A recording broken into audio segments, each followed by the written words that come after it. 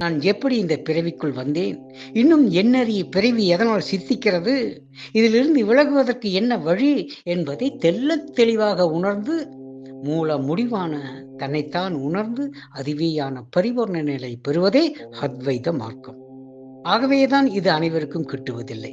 கிட்டினாலும் அதை புரிந்து கொள்ள முடியவில்லை. புரிந்து கொண்டாலும் முழு முயற்சியோடு அதில் ஈடுபட முடியாமல் போகிறது. அத்தகைய இந்த பிரம்ம தத்துவத்தை நான் முடிந்தளவு எளிமையாக்கி உமக்கு கொடுத்து கொண்டிருக்கிறேன். ஆகவே இந்த அத்வைத மார்க்கம் என்பது தான் யார், தானே பிரம்மம் என்றால் தன்னுடைய சுயம் என்ன என்பதை அறிவதற்கான மார்க்கமே. துவைதம் என்பது அதில் அனைத்து யாகம், யக்ஷம், வேள்விகளும், பூஜை, புனஸ்கார வழிபாடுகளும், மந்திரங்களும் எல்லாம் நிறைந்திருக்கிறது. அது ஜீவாத்மா, பரமாத்மா எனும் ஒரு நிலையை காட்டுகின்ற இருமை கொண்ட தன்மை.